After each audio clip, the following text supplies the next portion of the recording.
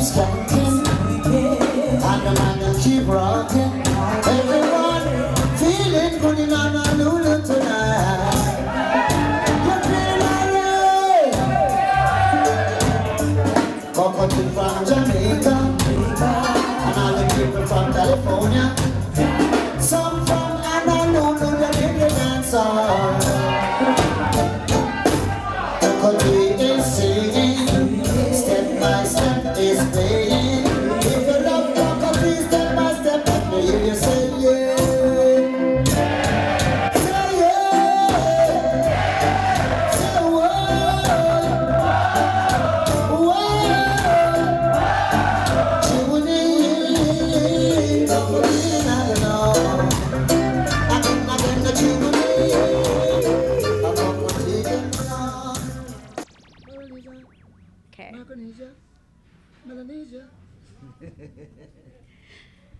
We're here live and direct. It's Moretz TV. I'm Melody DJ and Coco T in the building. Mahalo nui loa for joining us. That was an awesome concert. Oh my gosh. Really? Yeah, especially the end. I was just waiting for Young Lover, and then right away, boom, straight to the stage. Everybody went crazy. Sick.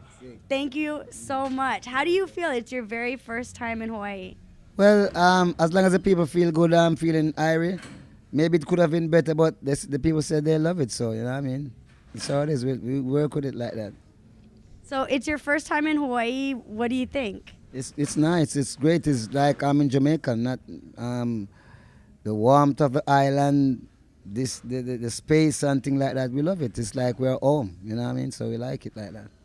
Not like in New York or Toronto or San Francisco at this time. It's like you have to be locked up in your coat and things like that. We don't like those kind of weather, but you know, we go for the people. But out here, we'd come anytime. It's far, but I mean, we take the journey for the warmth and the climate, and the people are very welcoming and things like that. So it's good. Nice to be here.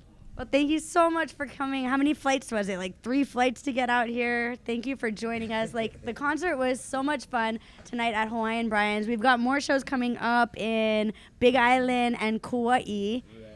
My favorite part of the show, though, was when everybody got moving. We were doing the reggae aerobics. We were moving. We were grooving, getting our heartbeat up. And, like, what I want to talk to you today is you're a veteran in the reggae scene, and your message is really special. So I wanted to start out our interview today and ask you, like, what is a typical day for Coco T? Like, what do you do to revitalize your soul, revitalize your body? I mean, you had us all out there, and I think that's so cool, because I was telling my friend, I said, you know, I've never done aerobics at a concert. We were moving, we were grooving, but she's like, oh, you dance, you wind up. But that was a conscious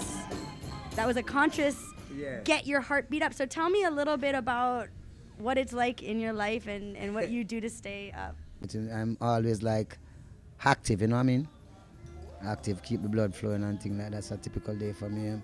I love to be around horses because I own race horse like that. Because when I was, actually after I did my first song, I went to the track, hoping to be a jockey at that time too still. So, you know, the horse racing is in my blood. The love for the animal is there, and I'm always there.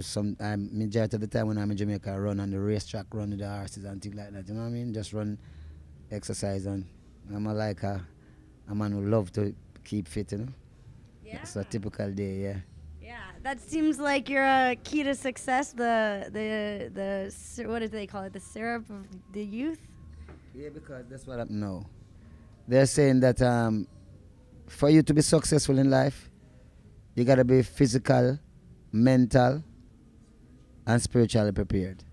So if you are not physical, mental, and spiritual, then you'll find obviously you're gonna be down and things like that. But whenever time you keep yourself with those 3 things, you surround yourself with those 3 things, then you're gonna be all right. You know what I mean? You always wanna have fun, you wanna smile, you feel nice, irie.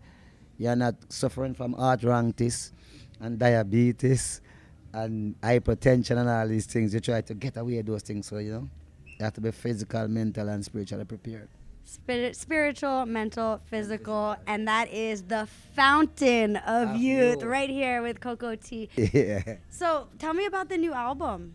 Well, I'm actually working on a new album now with Walter Fire from Major Lazer, and it's gonna be a very very crazy album. It have some really powerful messages. Cause right now we know in this time we need to have the message reaching to the people right now because there's so many things that's going on right now we have to highlight. So we are trying to bring forward certain type of message, but and still we are still roots rock reggae. I mean, the younger generation would say they love the dancehall, but we are roots rock reggae. We love roots rock reggae. The first song that I sang tonight was like Medical Marijuana from the album, and the other one is called Fire. So those two are the two new singles that are released from the album. And there's one just released a few weeks ago called Mad House, which is out there now. But we typically don't start to do that because we're going to do that one next year. But we're working on the album. We're almost done, but because we just done touring, we did 6 weeks in the US and we did a month in Europe.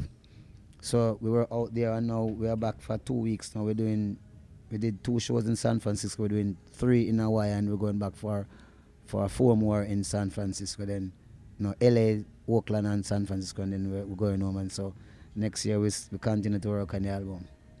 You're a busy man. Well, that's how the music takes us all over the globe because people need to get the message. And if I'm performing so long and this is my first time in Hawaii, you must know that I'm one of the artists that is, even though I'm busy, I'm somewhat reserved because I like to give myself time and space to go certain places. If I tell you that I've only been to Africa one time in my life, you wouldn't believe it. And it was in Zimbabwe. Yeah, that's the only place. And people in Ghana and in South Africa and Gambia and all those, and Kenya and Nairobi and Gambia and those places they are calling and they're actually cursing me every day.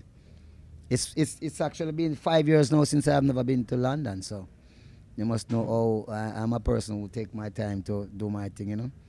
Well, when we were first in the room together, we were talking about Japan, and Hawaii and Japan have a really close connection, and your eyes lit up. I was really happy to hear the story. So could you tell the story a little bit more about your favorite show ever that you played? My favorite place in the world to go is Japan. I can tell you that. I love Japan. The people of Japan love reggae music. I don't think any nation on the face of the earth, not even we, not even us Jamaican, don't love reggae like Japanese. Japanese, they are awesome when it comes to reggae music. The biggest show I've ever done was Reggae Japan Splash 1991 in a place called Yokohama, and it was like 110,000 people. Like Kokoti, Buju Banton, Berry Saman, Maxi Priest, Shabba Ranks, Ninja Man. Name all of the greats were there that time, and it was crazy.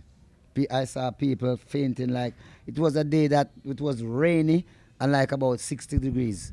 And people was fainting like crazy. Paramedics had a rough day that day. So if the promoters were saying that if it was like a sunny day, a lot of people maybe would have died. Oh yeah, man. You can imagine seeing 110,000 people in one place. Crazy. But we love Japan. The last time I went to Japan, we played like a show for Mighty Crown, me and Shabba Ranks, and we were backed by a band called Homegrown in Japan, and we played to like about 85,000 people. Wow. Mm-hmm.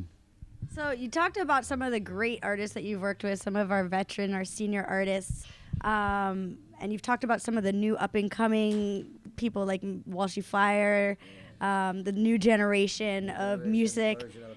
Yeah. Bonafire. Yeah, original coffee. Yeah. I love her. I've worked with most of the great artists in Jamaica. I've worked with people like Dennis Brown,